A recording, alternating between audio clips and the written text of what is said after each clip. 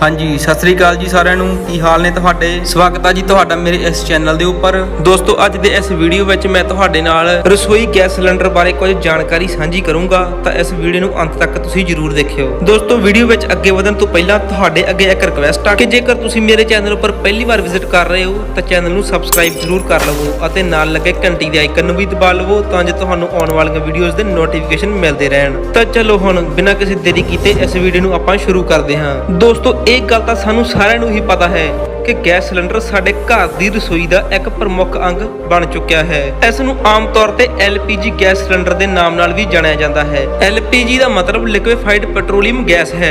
इन्हां गैस सिलेंडरां विच methane, propane अते butane नामक गैसां नूं एक खास तरह का प्रेशर दे के लिक्विड फॉर्म विच कन्वर्ट किया जाता है अते बाद विच उस नूं सिलेंडर दे विच भर दिता जाता है। दोस्तों गैस सिलेंडर नूं वेख के हर एक दे मन विच एक सवाल तां जरूर आउंदा होवेगा कि आखिर इस दा आकार गोल ही क्यों ਹੁੰਦਾ है। इस ਨੂੰ गोल इस करके बनाया जाता है ਤਾਂ ਜੋ ਉਸ ਵਿੱਚ ਭਰੀ ਹੋਈ ਗੈਸ ਦਾ ਪ੍ਰੈਸ਼ਰ ਮੇਨਟੇਨ ਕੀਤਾ ਜਾ ਸਕੇ।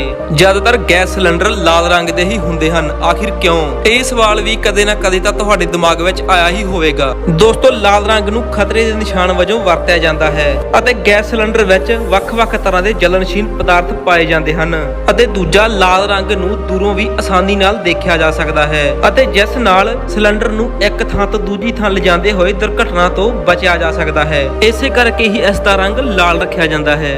ਗੈਸ ਸਿਲੰਡਰ ਦੇ ਹੇਠਲੇ ਪਾਸੇ ਨਿੱਕੀਆਂ-ਨਿੱਕੀਆਂ ਮੋਰੀਆਂ ਛੱਡੀਆਂ ਜਾਂਦੀਆਂ ਹਨ, ਆਖਿਰ ਉਹਨਾਂ ਦਾ ਕੀ ਕੰਮ ਹੁੰਦਾ ਹੈ? ਦੋਸਤੋ ਗੈਸ ਸਿਲੰਡਰ ਦੇ ਹੇਠਲੇ ਪਾਸੇ ਮੋਰੀਆਂ ਇਸ ਕਰਕੇ ਰੱਖੀਆਂ ਜਾਂਦੀਆਂ ਹਨ ਤਾਂ ਜੋ ਜੇਕਰ ਅਸੀਂ ਉਸ ਨੂੰ ਪਾਣੀ ਵਾਲੀ ਸਤ੍ਹਾ ਉੱਪਰ ਵੀ ਰੱਖਦੇ ਹਾਂ ਤਾਂ ਉਸ ਦੇ ਹੇਠਲੇ ਪਾਸੇ ਨੂੰ ਜੰਗ ਤੋਂ ਬਚਾਇਆ ਜਾ ਸਕੇ। ਇਸ ਕਰਕੇ ਹੀ ਸਿਲੰਡਰ ਦੀ ਹੇਠਲੀ ਪੱਟੀ ਵਿੱਚ ਮੋਰੀਆਂ ਛੱਡੀਆਂ ਜਾਂਦੀਆਂ ਹਨ।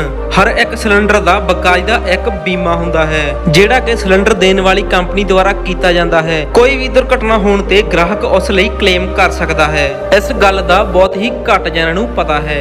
ਹਰ ਇੱਕ ਗੈਸ ਸਿਲੰਡਰ ਦੀ ਇੱਕ ਐਕਸਪਾਇਰੀ ਡੇਟ ਹੁੰਦੀ ਹੈ। ਜੀ ਹਾਂ ਦੋਸਤੋ ਤੁਸੀਂ ਸਹੀ ਸੁਣਿਆ, ਗੈਸ ਸਿਲੰਡਰ ਦੀ ਵੀ ਐਕਸਪਾਇਰੀ ਡੇਟ ਹੁੰਦੀ ਹੈ। ਗੈਸ ਸਿਲੰਡਰ ਦੇ ਉੱਪਰਲੇ ਪਾਸੇ 3 ਅੱਖਰ ਲਿਖੇ ਜਾਂਦੇ ਹਨ ਜਿਨ੍ਹਾਂ ਵਿੱਚੋਂ ਪਹਿਲਾ ਅੱਖਰ A, B, C ਜਾਂ D ਹੁੰਦਾ ਹੈ ਜਿਹੜਾ ਕਿ ਸਾਲ ਦੇ ਮਹੀਨਿਆਂ ਨੂੰ ਦਰਸਾਉਂਦਾ ਹੈ।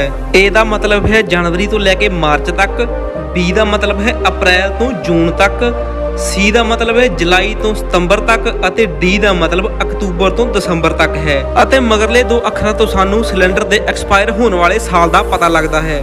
ਦੋਸਤੋ ਜਿਵੇਂ ਕਿ ਤੁਸੀਂ ਇਸ ਸਿਲੰਡਰ ਵਿੱਚ ਦੇਖ ਸਕਦੇ ਹੋ ਕਿ ਇਸ ਸਿਲੰਡਰ ਦੀ ਐਕਸਪਾਇਰੀ ਡੇਟ ਮਾਰਚ 2022 ਹੈ ਅਤੇ ਆ ਉਹ ਮੋਰੀਆਂ ਹਨ ਜਿਨ੍ਹਾਂ ਨਾਲ ਸਿਲੰਡਰ ਦੇ ਹੇਠਲੇ ਪਾਸੇ ਨੂੰ ਜੰਗ ਤੋਂ ਬਚਾਇਆ ਜਾ ਸਕਦਾ ਹੈ ਅਤੇ ਹੋਰ ਇਸ ਦੇ ਉੱਪਰ ਇਸ ਦਾ ਭਾਰ ਲਿਖਿਆ ਹੋਇਆ ਹੈ 14.2 ਕਿਲੋਗ੍ਰਾਮ ਅਤੇ ਨਾਲ ਥੋੜੀ ਇਨਫੋਰਮੇਸ਼ਨ ਦਿੱਤੀ ਹੋਈ ਹੈ।